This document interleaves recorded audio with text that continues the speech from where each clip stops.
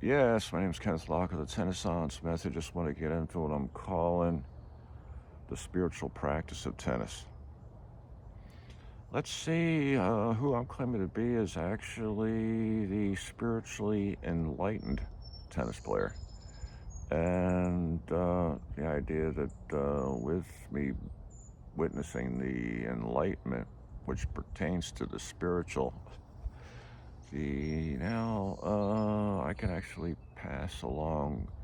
I'm a kind of a teacher now in relation to tennis being a spiritual practice, and the idea that to say my practice, it's a spiritual practice, and if somebody wants to take the means of tennis and treat it as a spiritual practice, and kind of be spiritual, then they would kind of learn from me and learn from, say, my example, say, and see, so let me get to kind of the foundation for, say, a spiritual relationship. It's the concept mind, body, spirit. So the idea is that what I've discovered is that the spiritual is actually based, say, to become spiritually enlightened, you need to become enlightened to the mind-body connection. Mind-body exercise, and then let's see, who I represent spiritually is actually the first tennis player to reach what I refer to as the mind-body atonement. And that would, the symbol I use for the TENNISSANCE method, the cross with a circle, it's kind of like mind-body. And who I represent is the first tennis player to reach that, the atonement. And then with that, it can be understood in relation to an enlightenment, atonement, enlightenment, and the idea of the mind-body connection. And what I discovered is it's kind of as a result, eventually I evolved myself to the point of where I challenged myself and to develop my opposite arm, and then to become ambidextrous, and I did that some 20 years ago or so. And the idea that now with me, I can represent somebody who comes like in due season in relation to our evolution, but also my own evolution, and then getting to that point of what I realized. And so back, well, I was getting into the idea of the ambidextrous. So the idea is that when it comes to the spiritual, mind, body, spirit, when it comes to the body, it's when it comes to the spiritual practice, it is performed whatever.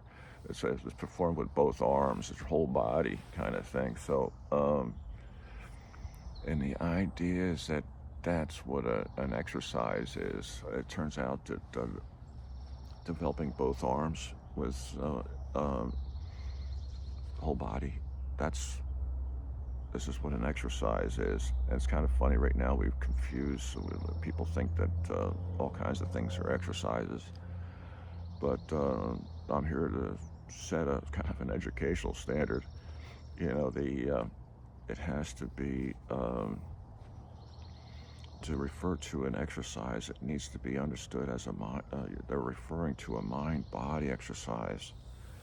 And with that, when you make that reference, you also have to have a reference to how it actually goes about integrating the mind and body. And then back to that ambidextrous, the idea is that whole body, and then the idea of learning how to develop your whole body. In the process of learning, your brain, your mind is actually learning knowledge, which is based on reaching a completeness and relation to the development of your body. And who doesn't want that? You know, it's who doesn't want to actually reach that point? And then the idea is that when you develop your whole body, the key is balance, and it's actually a spiritual balance, say, and and the idea of being able to hit the ball in different ways, and then you got the racket, you got your grip, or grips, rackets, grips, and then finding that balance with your body, grips, racket, where you become diversified in your ability to pull off things that that be based on as a person develops just a skill development in relation to something that's ambidextrous, and which would be kind of opposed to developing skill as one arm. I mean, it's actually completely opposed. And then developing one arm, say, it turns out that it's not a spiritual practice. And how much so? Well, it's completely not. And it turns out that if a person develops one arm at tennis, in a sense, they would should not be considered among the spiritually living, say. So the idea of a spiritual life, and how important that would be. Yeah, and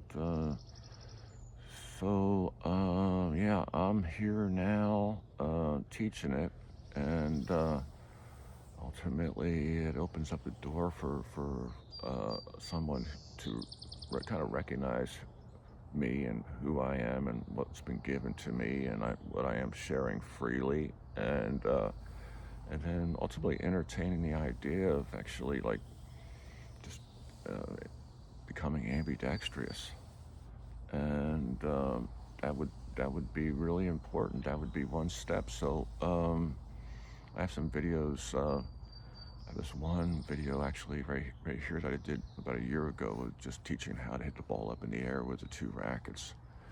I would recommend checking that video out, and then maybe getting a couple rackets and toying around with it, and see what you can do. The idea is that would represent, say, like an alpha.